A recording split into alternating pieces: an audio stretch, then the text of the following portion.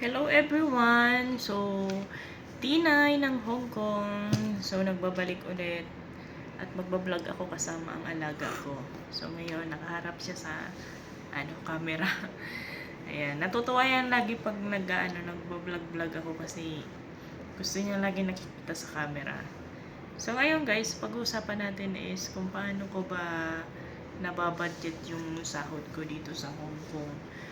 So, dito guys, ang ang minimum na pinirmahan ko sa kontrata nung unang nung punta ko dito nung September 16 yung arrive ko dito sa Hong Kong. So,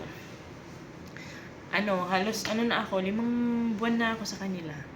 So, first time ko mag-Hong Kong kasi dati akong OFW sa Saudi.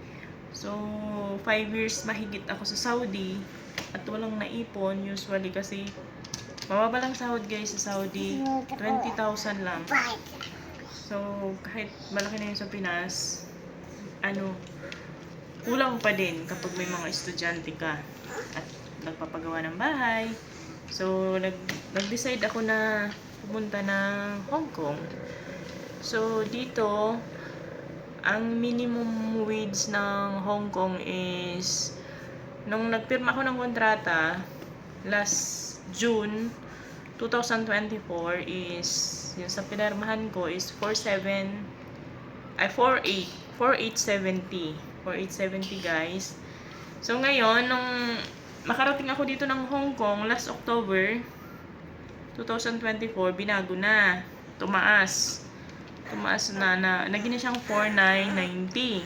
So, hindi na namin inabot yun kasi kung ano nasa kontrata, yun yung susundin ni Amo. Pero nang dumating ako sa kanila, nang unang sahod ko sa kanila dumating ako September. So, sasahod ako ng October na. Ginagawa niyang 15 yung sahod ko kahit nag-arrive ako dito sa kanila ng 17 na ako nakapunta ng bahay nila kasi pagdating mo ng Hong Kong, kailangan mo pa ng medical, madami pang bago makarating kay Amo. So, nag-stay ako ng isang araw sa agency. So, pero 15 yung sahuran ko. Then, nang magsahod ako sa kanila ng October, ang ginawa ni Amo is, ginawa ng 5,000 yung salary ko sa kanila. Kasi nga, siguro, sa CCTV nakikita naman nila kung paano ako mag-alaga ng bata. Tapos, flexible naman ako sa lahat ng gawain. Hindi lang ako yung pag sinabing nani ka sa bata, nani ka lang. Hindi ganun. Hindi dapat ganun yung gagawin mo. Ang ginagawa ko kapag tulog to, or nasa lola, gumagawa ako ng gawain bahay. Nililinis ko, nagluluto ako lahat-lahat.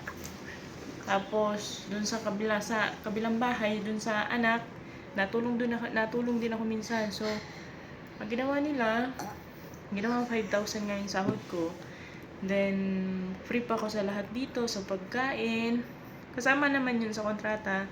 Hindi ka free sa pagkain kasi dito guys, bibigyan ka ng allowance. So, ako wala ng allowance kasi free ako sa pagkain. And free din yung mga shampoo ko, yung mga personal. Na lang, ang hindi na lang free, yung halimbawa yung pang-paarte mo sa buhay. Hindi na yun sakop ni Amo. So, ito nabibili nun. Pero yung mga main talaga na kailangan mo, sabon, sabon sa damit mo, shampoo, free na yun sa kanila. Ultimo nga napkin, free na ako sa kanila. And then yun, pag binigay ni Amo yung sahod ko, automatic pumapasok na yan sa account ko guys. So, ginawa pala ako dito guys ng account ni Amo sa bangko. Nag-open ako dito ng account sa bangko para dun pumapasok yung sahod ko. So, gagawin ko yan ng separate na video. Then, pag pumasok na doon, isi-send ko din sa account ko sa Pinas, yung sa BDO. Then, doon na ako nagbabudget. Hindi ko na binibigay na pera yun sa pamilya ko sa Pinas. Kumbaga, kahit andito ako sa Hong Kong, ako pa din yung nagbabudget. Online banking guys ang ginagawa ko. Hinahati-hati ko yan. Ialis ko na yung sa mga bills. Lahat ng bills, bayaran ko na yung mga due date na bills. And then yung matitira, budget sa pagkain, kung may sobra, pambili ng kung anong kailangan sa bahay. Yun. Tapos, masisingit yung yung mga iba pang bibilhin. Yun. Tapos, kung may matira, nagsisave din ako ng paunti-unti para in case ng emergency, yun. May madudukot ka.